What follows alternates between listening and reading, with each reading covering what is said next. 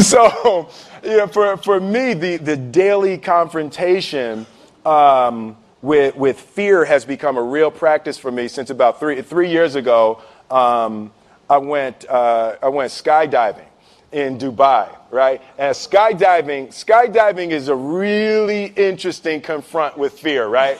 So I gotta stand up. I'm sorry, I gotta stand up. All right. So all your friends, what happens? You go out. I dropped my thing. Yeah. So what happens is you go out the night before and you take a drink with your friends, and somebody says, "Yeah, we should go skydiving tomorrow." And you go, "Yeah, we'll go skydiving tomorrow." "Yeah, yeah." And you go, "Yeah." And everybody goes, "Yeah." Right? And you go home you by yourself, you're like, Right? You're like, well, I mean, they was drunk too. Right? So maybe they not, maybe, I mean, we don't have to go. We don't have to do it.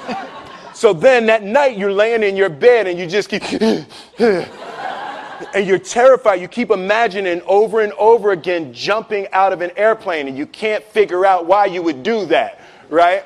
And you're laying there and you have the worst night's sleep of your life, but you still have the hope that your friends were drunk, right?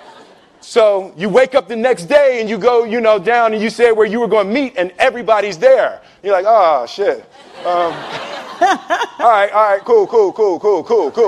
Right? So you get in the van and you don't know that your friends had the same night that you had because they're pretending like they didn't. They're like, "Yeah, man, my uncle's a Navy SEAL, and this is going to be great. I've been looking forward to this." And you're like, oh my God. And your stomach is terrible. You can't eat and everything, but you don't want to be the only punk who doesn't jump out of this airplane. So you get there, and then you have this safety brief. And you're standing there, and the guys will tell you, well, if the chute doesn't open, what's going to happen is why the hell, what could happen? That the chute wouldn't open, right? So you do a thing, and what you do is your first jump, you're attached to a guy who is going, he's going to walk you out. So you go, and you get there, and there's an airplane, and nobody's stopping. Everybody's still going. So you get onto the airplane, and you're sitting there, and it's extra because you're sitting on some dude's lap, some stranger. You're sitting on his lap, and it's like, you're trying to make small talk. Yeah, man. So you be jumping with people all the time, huh? Right? So, and then you just want to make sure, you got kids, right? You got people you need to see, right?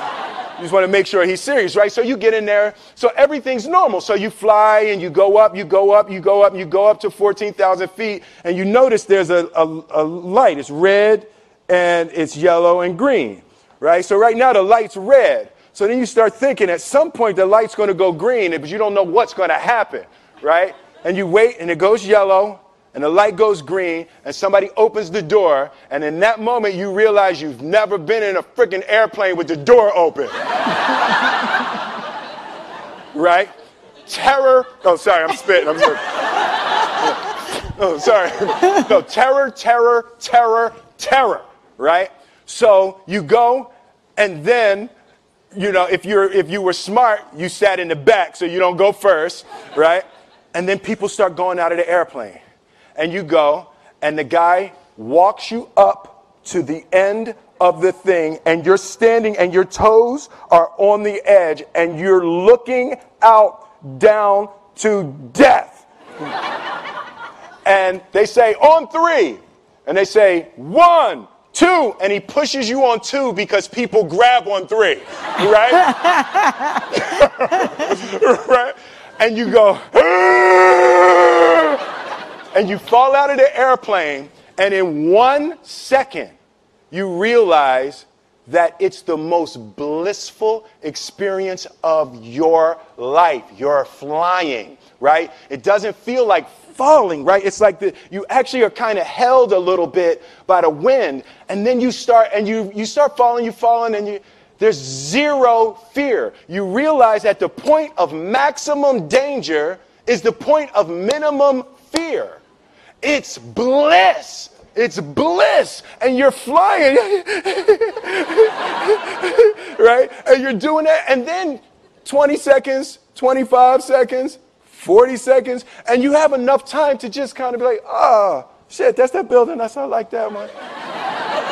Oh, you can see the ocean. right? You start doing all of that. And the lesson for me was, why were you scared in your bed the night before? What do you need that fear for? Just don't go. Why are you scared in your bed 16 hours before you jump? Why are you scared in the car? Why could you not enjoy breakfast? What did you need that? The fear is fear of what? You're nowhere even near the airplane. Everything up to the stepping out, there's actually no reason to be scared. It only just ruins your day. You don't have to jump.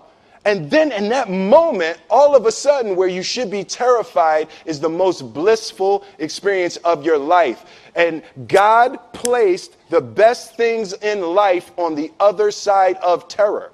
On the other side of your maximum fear are all of the best things in life. You know?